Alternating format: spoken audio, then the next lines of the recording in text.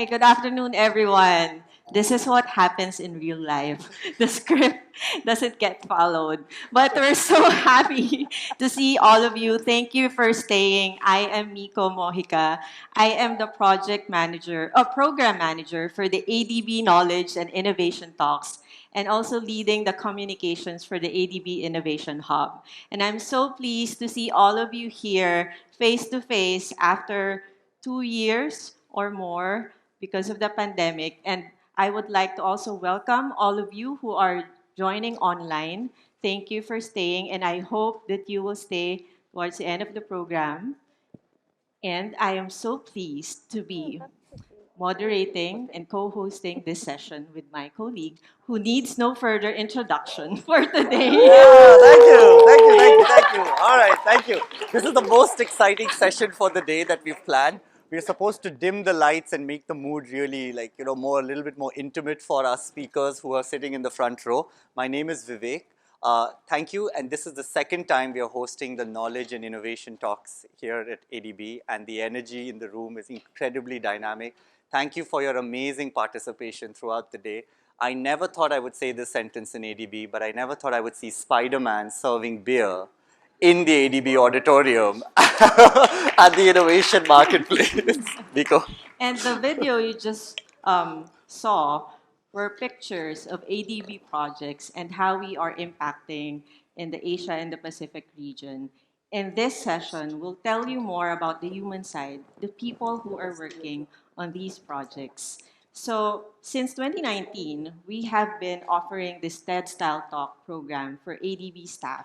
And we have trained so far, I think, 130 speakers since 2019, and it's just getting bigger. The demand for the program is just getting bigger, and it's amazing that the participation of the resident missions and the headquarters staff are very strong. And I could see some of the familiar speakers here who joined the program. So, before we start it, why don't you tell us, Vivek, what's in store for them? How are they going to participate in this exciting You session? mean the voting? Yes, I Okay, mean the voting. let's talk. So first, don't be nervous, guys. This is all in good fun and spirit of competition, just to get some excitement going. So we've got an interesting voting session. So at the end of after all the speakers have finished, you'll be voting for the best story that you heard, the one that resonated with you the most, and the polling will be open on your mobile app. So I encourage you to download either the Innovation Fair app that's available on the App Store, or just log on to the innovation through your browser, the innovationfair.adb.org. You should be able to vote right there. But all our speakers are winners already. And one of the things that's resonated for us the most is the power of storytelling has been spoken about so much throughout the day. And you guys really are like the ADB superheroes for us to be able to, and we're going to be seeing you use that power today of storytelling most effectively. Nico, tell us a little bit about how do we start and go on to the next stage. Yeah, so before we start, I just want to also invite you to subscribe and visit the ADB Knowledge and Innovation Talks, ADB Knowledge and Innovation YouTube channel, because we have uploaded and recorded the talks through the training, and they are all available for viewing in our YouTube channel. So we have there about 40 or 50 videos from our own ADB staff telling the stories of their work in various sectors. And the innovation passport. Yes, I believe the raffle can't forget box is about already filled with people who are competing to win the most exciting prize of the day, which is an overnight stay at the farm. But we've already handed out coffee cards, crinkles, ice cream, free lunch, and you guys are still here. So that is amazing. So give yourself a big round of applause. Yes. Nico, should we start with the first speaker? All right. Before we officially begin, I just want to see, can you clap if your reason for staying here is to support one of your colleagues who are speaking this afternoon? Yes. And can you clap if you're staying because you want to learn how to make your own TED style talk? And can you clap if you're staying because you want to win the raffle draw for an overnight stay in the farm at San Benito?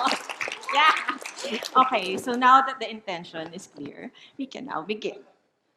So, And just to let you know, this is all being improv here because improv. Suzanne threw us off our script for the day. So let's start with our first speaker. Our first speaker is a principal urban development specialist with ADB's Central and West Asia Department. With over 23 years of international experience, Ramola leads initiatives to deliver climate resilient urban infrastructure and services with a multidisciplinary approach. She is also an accomplished author with several publications to her name. Today, she will tell us a story about the Livable Cities program, which she is leading in Georgia. Let's all warmly welcome Ramola Naik Singru. Woohoo! Good luck.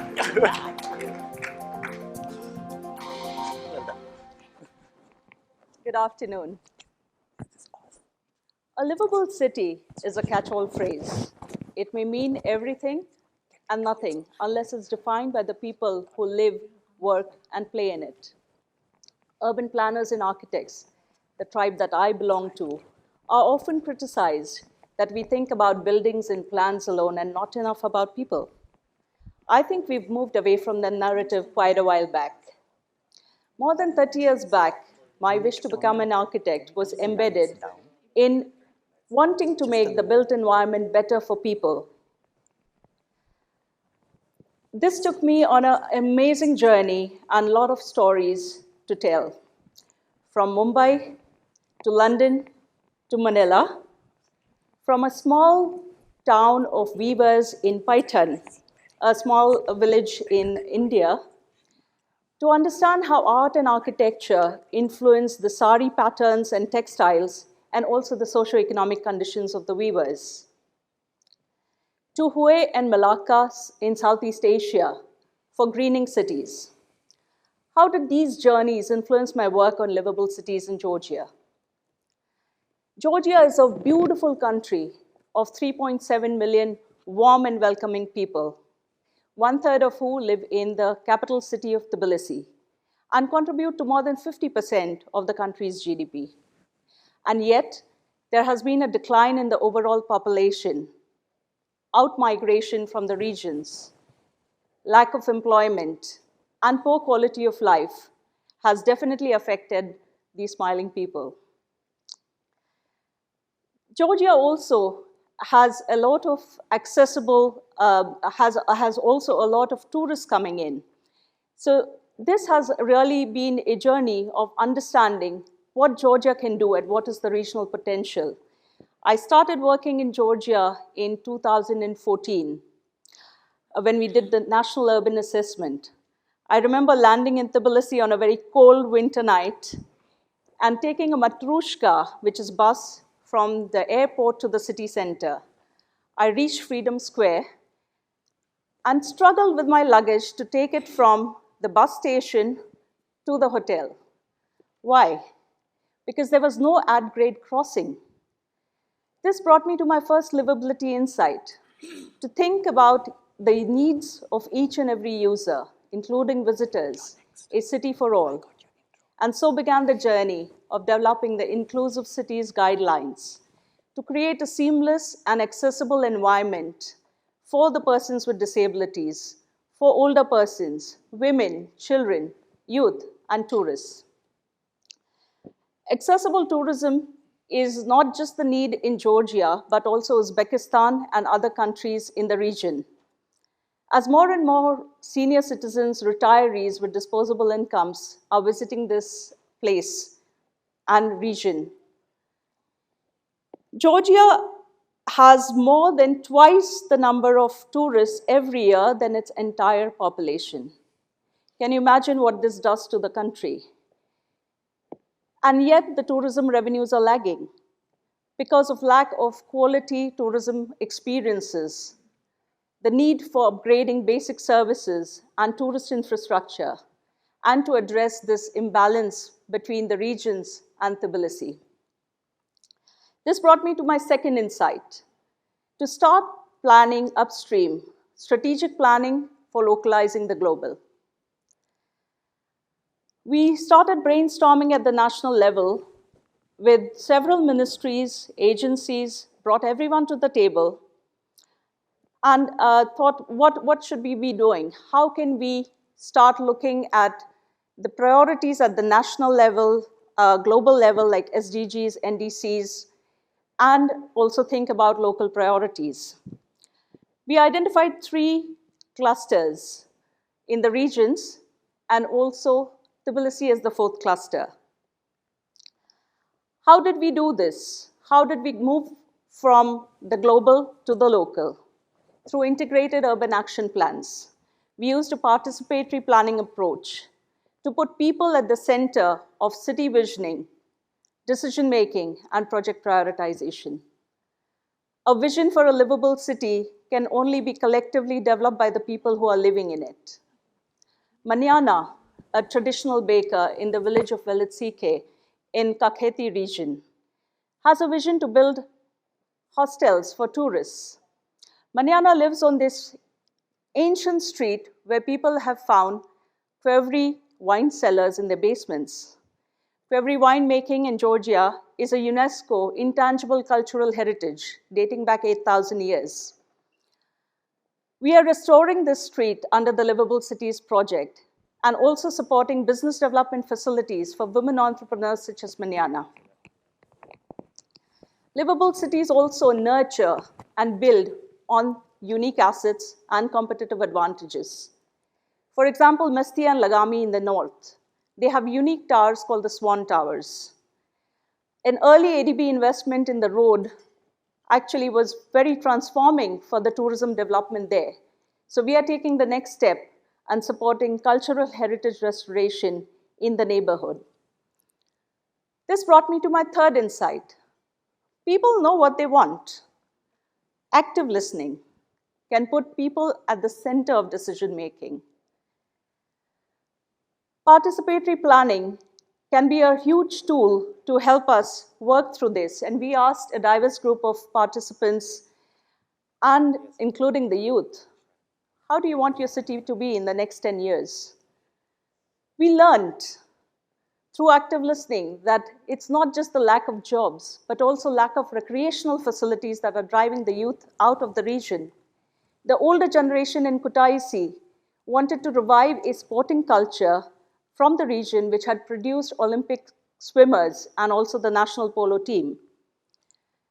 This was also a rationale for the government not just to put in a swimming pool in Kutaisi, but also 5 other sports complexes in the region to enable a healthier outlet for the youth and to create a healthy lifestyle for the citizens in the region post-COVID. So this has been a journey of moving from different kinds of projects, sub-projects.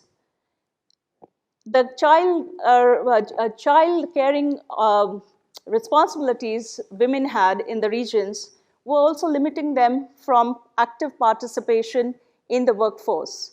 So we started thinking about providing kindergartens in catchment areas, all with accessible design standards, energy efficient design, and that has helped the women to start thinking about moving back into the workforce.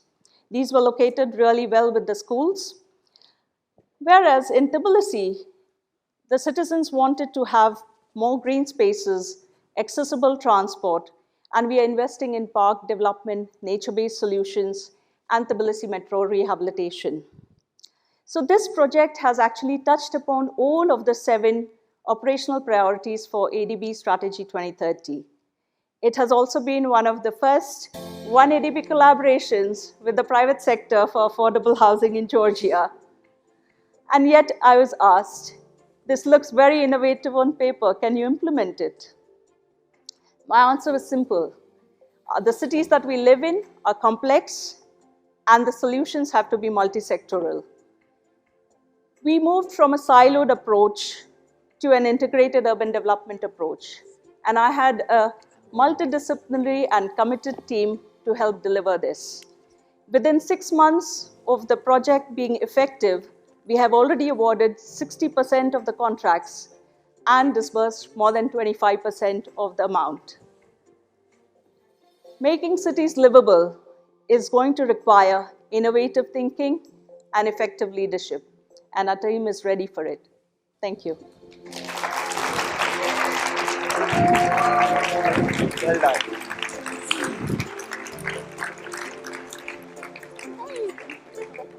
It's just like the. Can everyone hear me? It, hello. It's just like the Academy Awards where they start playing the music. Next up, Alex is a urban development specialist based in the Vietnam Resident Mission. He specializes in water and wastewater engineering. Since 2003, he's worked on water projects across the globe, including Australia, Africa, the Middle East, and of course, Asia. Alex is telling the story of how ADB is working with Southeast Asian countries to look to nature for solutions. Coincidentally, his favorite sandwich happens to be the Vietnamese banh mi. Alex, over to you. So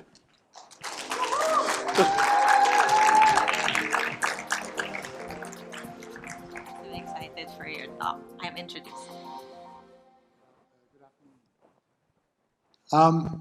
Right, so people, all of us here, we have found our vocations we have in various locations. And I found mine on a bus in Peru, not that bus, that's a nice bus. I found it on a bus in Peru, and I was backpacking, it was 1998, I was backpacking around South America, I just graduated, did an engineering degree, and I got caught up in what was the worst recorded El Nino event in history at that time.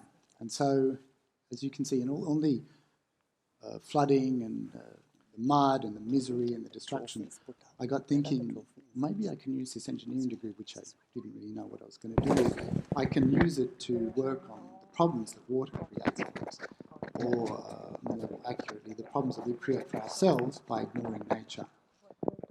So engineering, the essence of it, I had another thought, which is the essence of engineering is about predicting the future. It's the opposite of trial and error.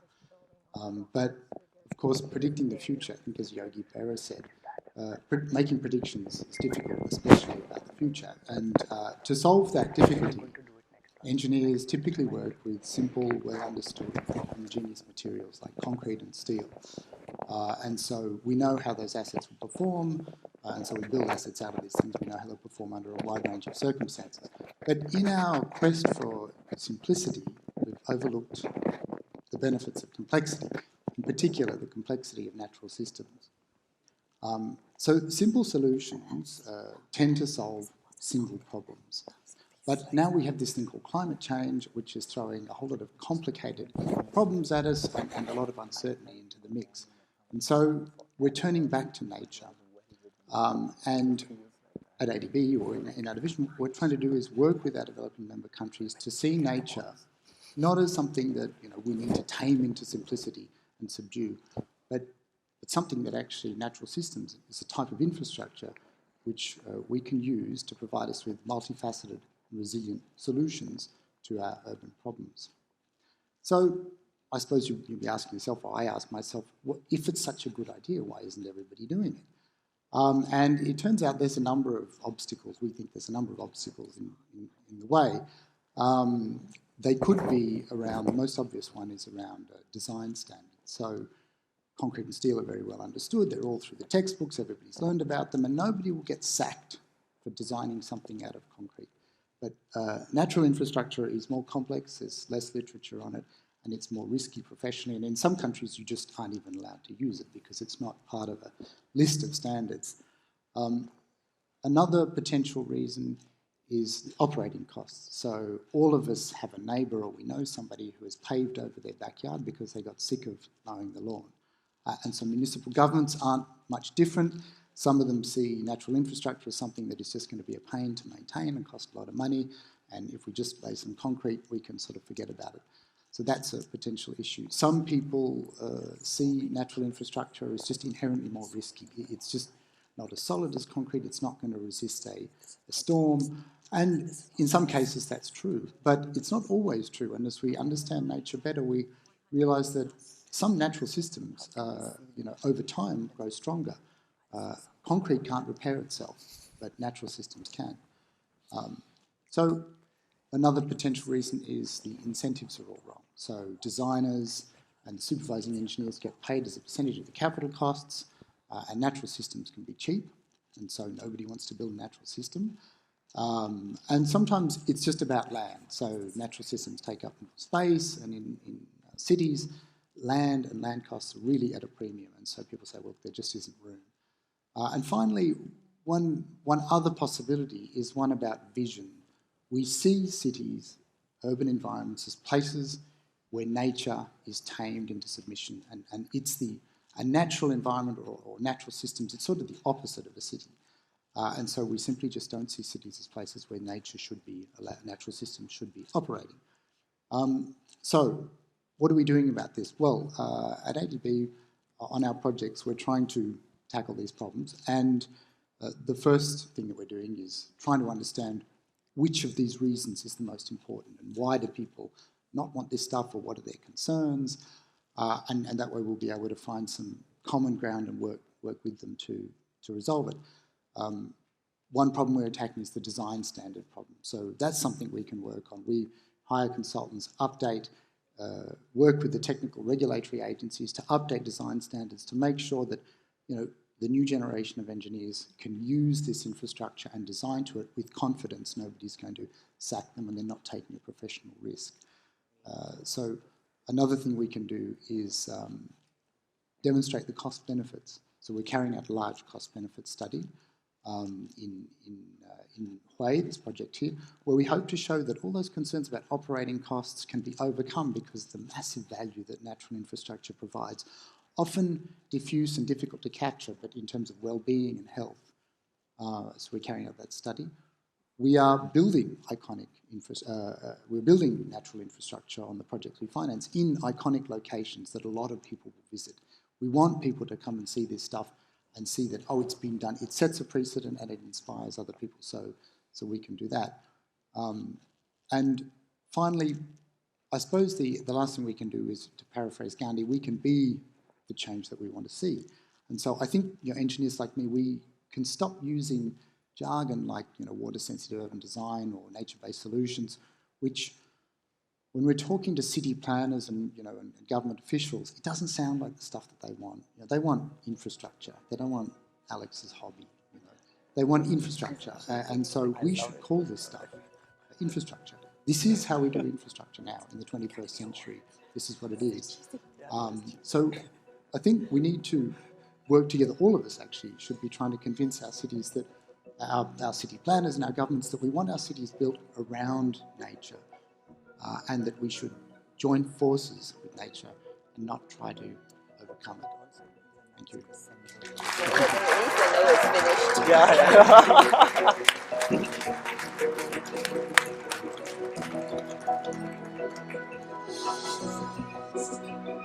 Very solid point. Finding common ground is very important, of course. Really nice. So, very nice. Our next speaker is the chief of the Gender Equality Thematic Group at ADB. For more than 2 decades, she has worked for gender equality projects, policies, and programs in Asia and the Pacific. Samantha will tackle why addressing sexual violence is important for ADB and why it must be a shared responsibility in ADB's operations. Please welcome to the stage Samantha Hong.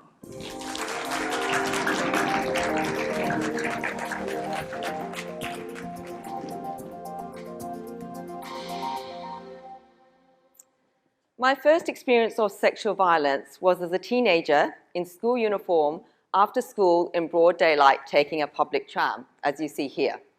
A middle-aged man suddenly groped me.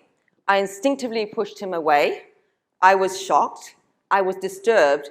But I was even more disturbed that all the passengers around me didn't do or say anything. In my university years, being stalked or followed was not an unusual experience. So now as a mum, it is my duty to prepare my teenage daughters for this reality. It is also my responsibility to raise my son with fundamental feminist values and to respect the importance of sexual consent. Now, I'm not alone here. I'm sure many women would relate to this.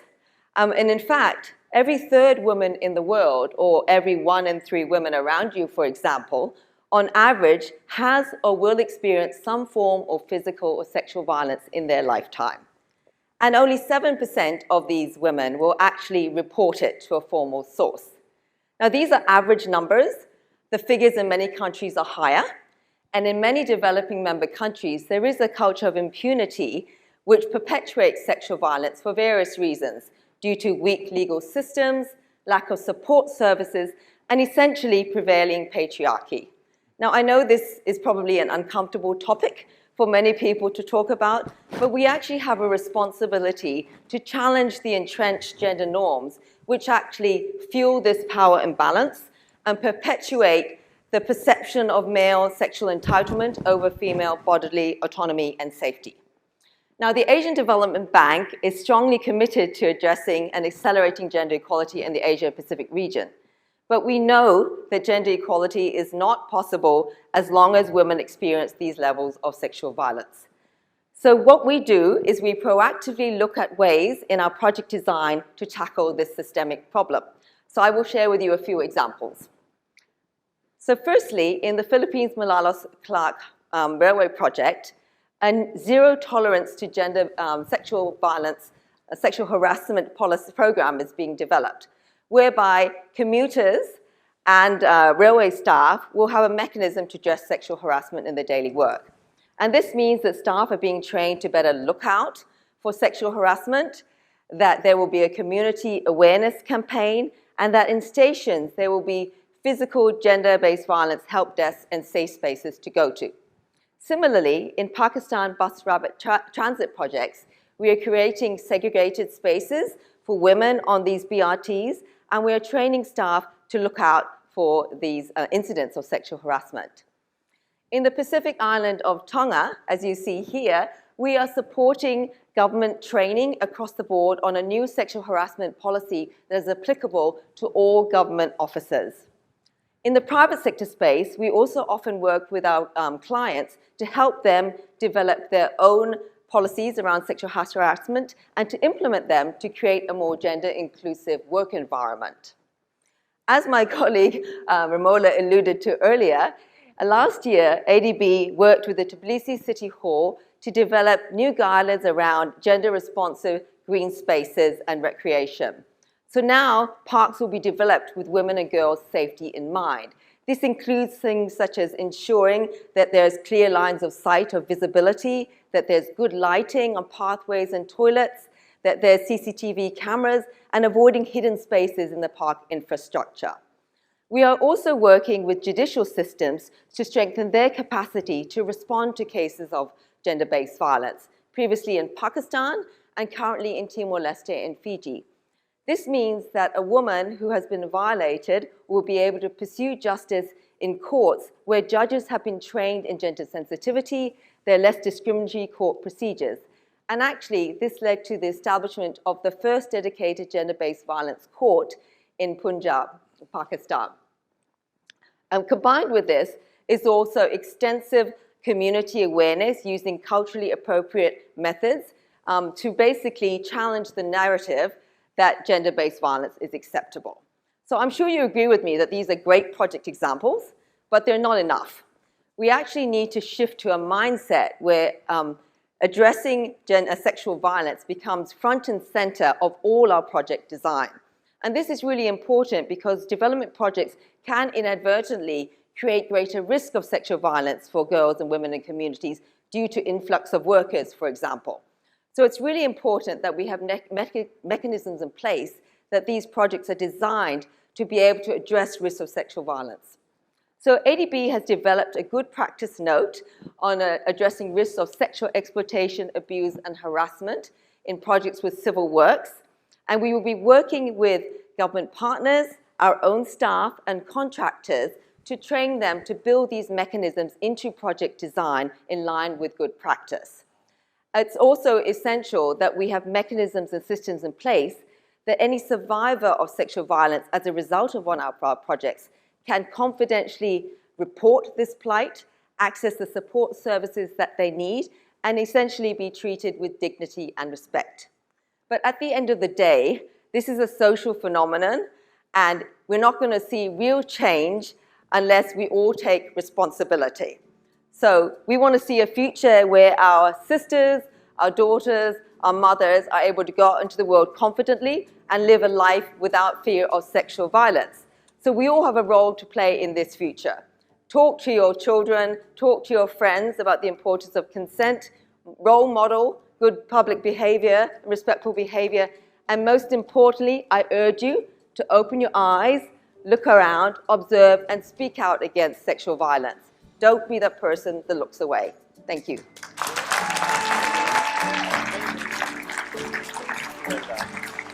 Excellent, Sam. Thank you. Hopefully, Thank you. That was amazing. We have over 200 people who are currently watching us online.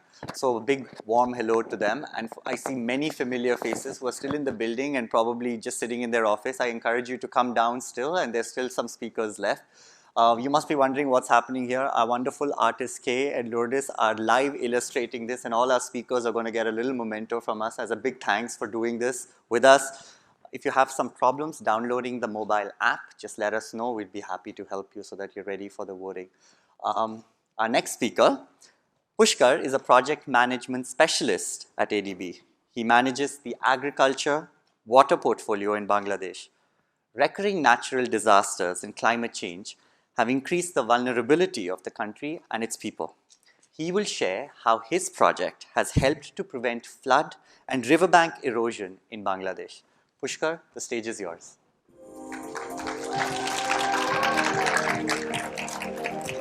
Thank you.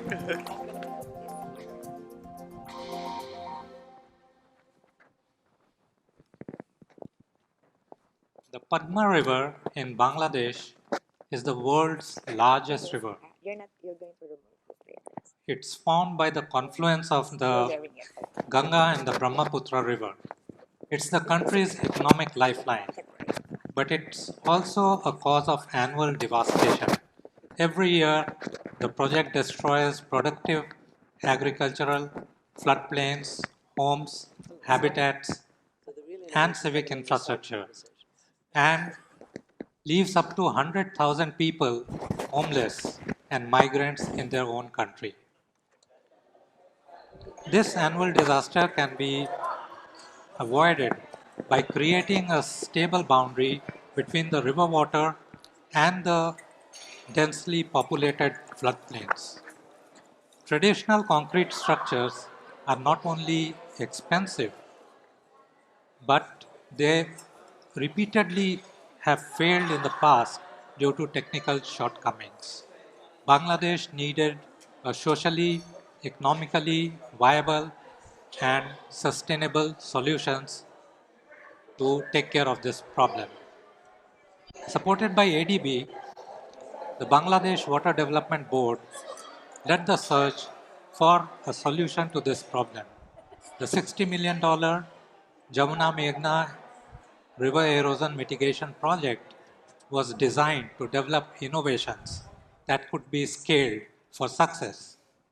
We started by conducting extensive engineering, investigations, and surveys to select river stretches suitable to try these possible solutions. We came up with an innovative engineering solution which combined geotextile bags with concrete blocks for riverbank protection against erosion. These geotextile bags were fully capable of coping with the extreme morphological changes of the river. The underground geobags revetment performed much better in protecting the riverbank erosion and costed less than half the concrete block structures, and at the same time were easy to maintain. The another successful innovation was the evolution of the structural designs of the embankment. We came out with embankments which were geotechnically more stable and used modern construction techniques. Supplanted with innovative wave protection, the new type of embankment was developed using grout-filled jute mattresses, which was resilient to future climate change. So by the end of the project, we developed 28 kilometers of riverbank protection, more than the originally planned 12 kilometers, and at the same cost. Following this success, ADB supported another program, the Flood and Riverbank Erosion Risk Mitigation Investment Program, in 2014.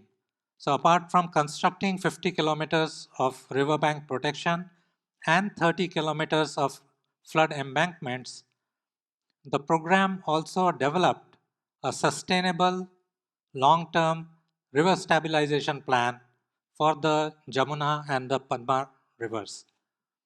We continue to innovate and move to non-structural elements. For instance, we identified that use of local reeds and vetiver grass can help in stabilizing the embankment slopes by increasing the shear strength of the soil by as high as 87%. And that is not all. We are now studying use of larger reed fields for capturing the sediments, the fine sediments that come in the flood season, to be used for raising the char lands to higher floodplain levels. So, what were the results of all these innovations? We stopped erosions at strategic places. We, uh, we reconstructed part of the Brahmaputra embankment, and we developed a tool for the next decade. Through this method, we also reclaimed about 1,700 hectares of land, which could be used for productive economic uses by the community, and nearly 10,000 hectares are more to come. The cost of riverbank protection was amongst the lowest in the world at less than $3 million per kilometer, despite the large size and high morphological dynamics of the river. So, what were the lessons learned from these innovations? We learned that massive and complex problems like river erosion can be taken care of by innovative, cost-effective engineering and non-engineering solutions. We learned that by using local resources like labor and material, we can produce low-cost, green, and sustainable pathways to maintain this fragile ecosystem. We learned that developing these small pilots and testing them over a period of time is important before upscaling. And most important of all, we learned that innovation is a continuous process and project design should evolve continuously to address the ever-changing project requirements and priorities. Thank you.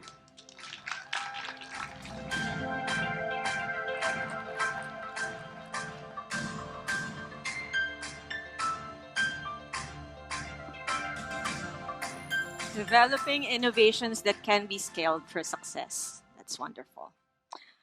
So, our final speaker is a senior investment officer at ADB's Armenia Resident Mission.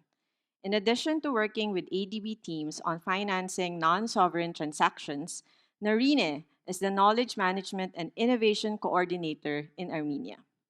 She will tell the story on how a multidisciplinary team designed and delivered effective knowledge solutions for its clients. Let's all give it up for Narine Abitisian.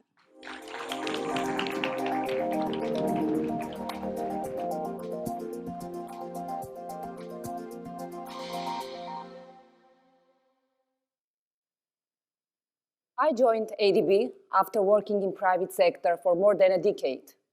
I wanted to link my private sector knowledge and expertise with my country's development agenda. Armenia is a landlocked, upper middle income country with 3 million population and 10 million diaspora spread all over the world. The private sector has an important role to play in the growth story of my country. And in fact, ADB has a strong focus towards its non-sovereign lending with close to 40% of the total share. Despite the COVID and other external challenges, Armenia registered a strong 11% of economic growth in the first half of 2022. However, for the growth to be robust and sustainable, Armenia needs to look into the new knowledge management practices, strategic thinking and planning, and also strong regulatory framework in the country effectively. Armenia has huge potential to flourish and leapfrog, and we at ADB are here to support that. In my role, I work with different teams in ADB to make this happen. For example, jointly with Office of General Counsel, we are providing knowledge and advice on how to close the legislative and regulatory gaps in the country, and also how to use the existing and new knowledge strategically to turn into the solutions for private sector to flourish.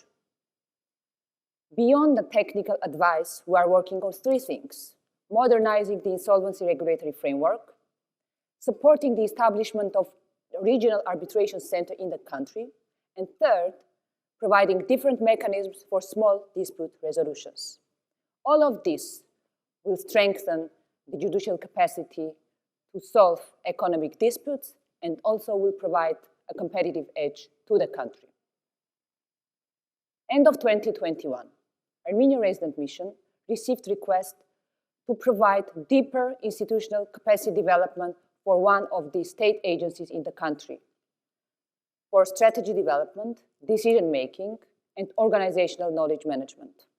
The objective was to strengthen the agency's efficiency, quality, and innovation capacity.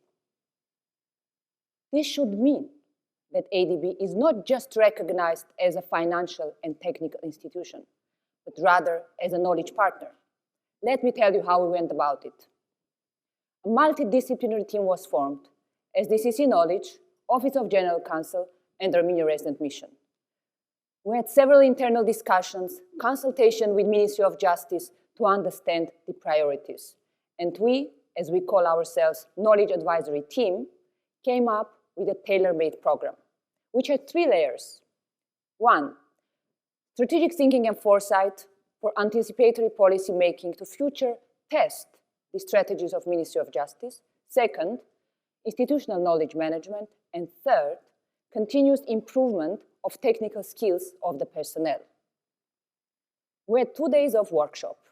Different participants, different divisions from Ministry of Justice participated. Jointly, we future tested the strategies of their agency and also identified the knowledge needs and gaps.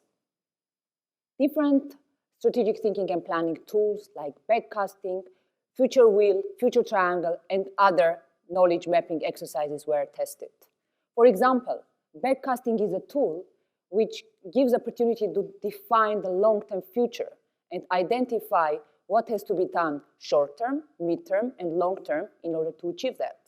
So we asked the participants to identify their long-term 2042 future and asked what they need to do short-term, mid-term, and long-term, but in reverse order in order to achieve that. And they felt so empowered because they were the ones who created their future and they were the ones who committed to the actions to achieve that.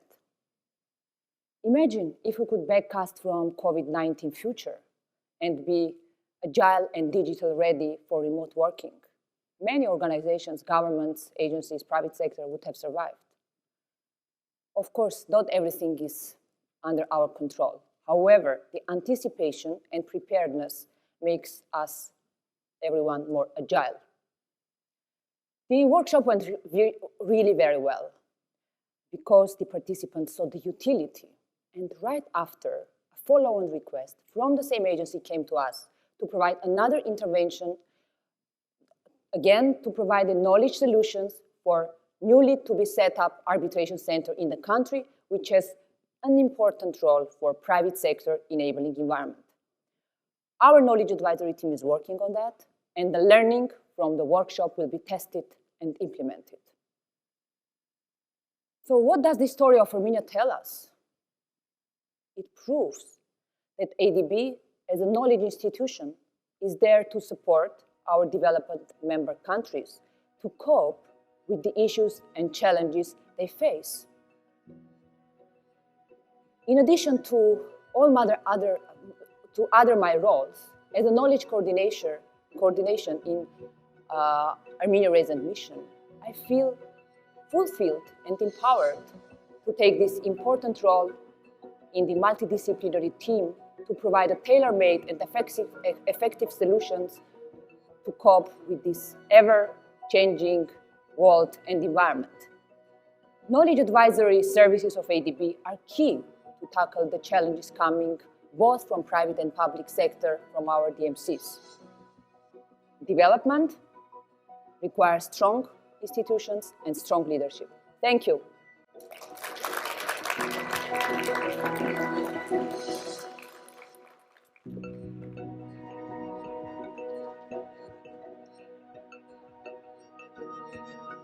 Amazing.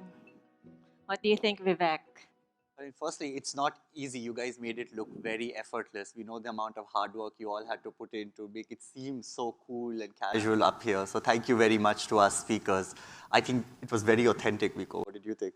Yeah, I learned a lot from all of the talks that I've been hearing for the past 2 years in ADB, more than I will ever learn if I don't listen to these talks. So please tell your stories more. You are all storytellers in this room. Okay, so now I think we're ready to vote. So I hope you are already logged into your app to vote for your favorite story, the one which resonated with you best. So can we flash the poll on screen now so we can see the names of the speakers again? And while you vote, I'd like to invite Ajit Sharma to the stage, who is the TEDx ambassador and the TED speaker coach in India. He's not only trained all our speakers, he has worked with over, I think, 100 ADB staff now on the power of storytelling. Ajit, why don't you tell us a little bit about that? Toughest your being experience. here myself. But first of all, thank you all of you. You could make it in person. People who are joining us online, you could listen to these stories. And I personally want to thank all the speakers who are here and who've been a part of the program last couple of years. For us at TED, storytelling is very, very interesting and important. Personally, for me also, because we're at a time right now where the human behavior is changing so much. People watch 15-second reels, but they also watch 10 episodes of Netflix over the night, right? So it's difficult to understand what people like and don't like, right? So someone could make a massive, big budget movie and people would still not come, but there's someone somewhere in a village who has 1 million followers on TikTok, right? So it says something about our complex human behavior. And when I see that what's missing in all of these things is a good story. And that's what we've been trying with this program, that there's so much amazing stuff happening. Sometimes we get to see, sometimes we don't. And through these stories, what we are trying to do is that people feel a little more curious of what's happening. When they become curious, they are a little more interested. And then they want to, get transported to that setting, right? So, and we would love when, someone from the room goes back and, you take your son to the park and say that, this park is so amazing because it's been designed in a way that it's livable, right? Or you go to another, you're putting a daughter to sleep and you're telling her that, somewhere in Pakistan, women and girls feel really safe. They feel good because there are courts out there. All of these things give us a lot of joy, give us a lot of meaning to what we are doing. And I want to thank the entire ADB senior management, Susan, team, everyone for giving us this opportunity. And my last wish, if I may say, is I would love to see ADB Knowledge Innovation Talks become a genre in itself, right? So anywhere in the world, someone who wants to, think of making an impact in someone's life, wants to learn, wants to get inspired, the first thing that you think of is, let me just find out what's happening on ADB Knowledge and Innovation Talks. Thank you so much. This has been an amazing journey, and I hope we do more and more. We're looking Thank you, forward to Ajit. it. Thank you so much. Excellent. Please Thank do you, like Ajit. and subscribe our YouTube page, ADB Knowledge and Innovation Talk. And let me invite our speakers here Yes, because I please think do. we need to give you another round of applause while you come up. Please come up again. Noreen, Samantha, Ramola, Alexander, and Pushkar.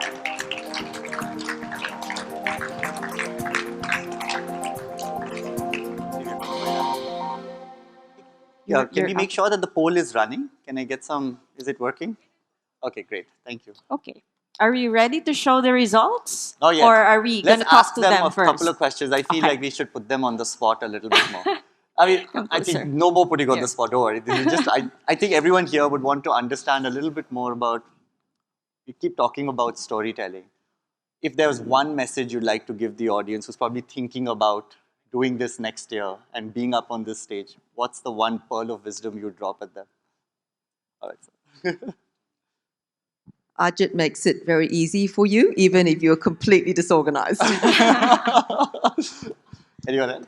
So I will encourage to speak up, to share what you are doing, especially when you are in remote resident missions. So share. Great. I think Yeah, I agree. All of us on all of our jobs have at least one great story. We're lucky to work in a game where, you know, we're exposed to such interesting and cool stuff. We all have a really cool story that everybody would listen to. So tell them. Thank you. Thank you. Yeah, Ramola, go ahead. Yeah, absolutely. I think it's a fantastic platform to share what you do and to learn. So I think everybody should just come forward and speak, and it comes naturally. I don't think that but like Ajit has, he really makes us think, and that's very useful for us. So it's a learning platform as well. I would like to It's on. I would like to thank Ajit especially for egging me to make this presentation, and I think we have lots of stories to tell, and this is a lovely platform to share those in future. Thank you. Thank you so Thank you. much. Great. Thanks to all While of you. we are closing up or wrapping the voting, Bruno and Suzanne, can you come up on stage? And we've got some fun prizes for everyone here, our speakers, and then we'll announce our best story. Best story. When we're ready to show the poll. Are we ready? All right, let's should we do it? Question. Let me get the trophies. Come on.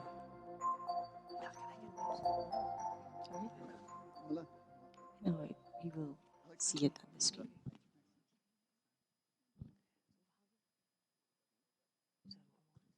I think it's Everyone, coming the up. best speaker, and then we've got one. Few seconds. Okay, good. So I'm very excited. Oh, there. Let's see what's coming out It's there. here. Vote for your favorite. Okay, good. So we have the results, Suzanne. Would you like to announce? All right, we'll give it another 10 seconds if there are still votes coming in. I thought I saw some coming in. Oh, yeah, they're still. Okay. Okay. Looks like the story. Did we stop the polling? A big round of applause, everyone. This is not easy to do. Thank you, though. But I think if I may say something, first of all, congratulations to everyone here, and we have here awards for everyone. Bruno, I want you to And give I it to- think the fact that the story about sexual violence speaks for ADB's culture change, because we would not have been able to speak about this, I think, when we both started, Samantha. And I started as a gender specialist in Central West Asia 14 years ago. So it's a big breakthrough.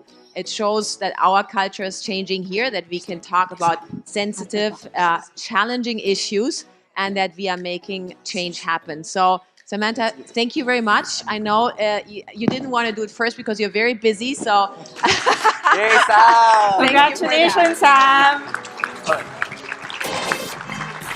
All right, we have little mementos for everyone else as well. Yes. Bruno, why don't you? In true ADB style, we weren't able to get the etching, but we thought it's still worth it to do it. So you have to give it back to us right after. Congrats, Noreen. Congrats, Ramola. Congrats, Alex. Yeah, and now we just need to close it. Thank you. Congratulations to all of you. Thank you. Oh, okay. Cheers. We'll take a photo. All right.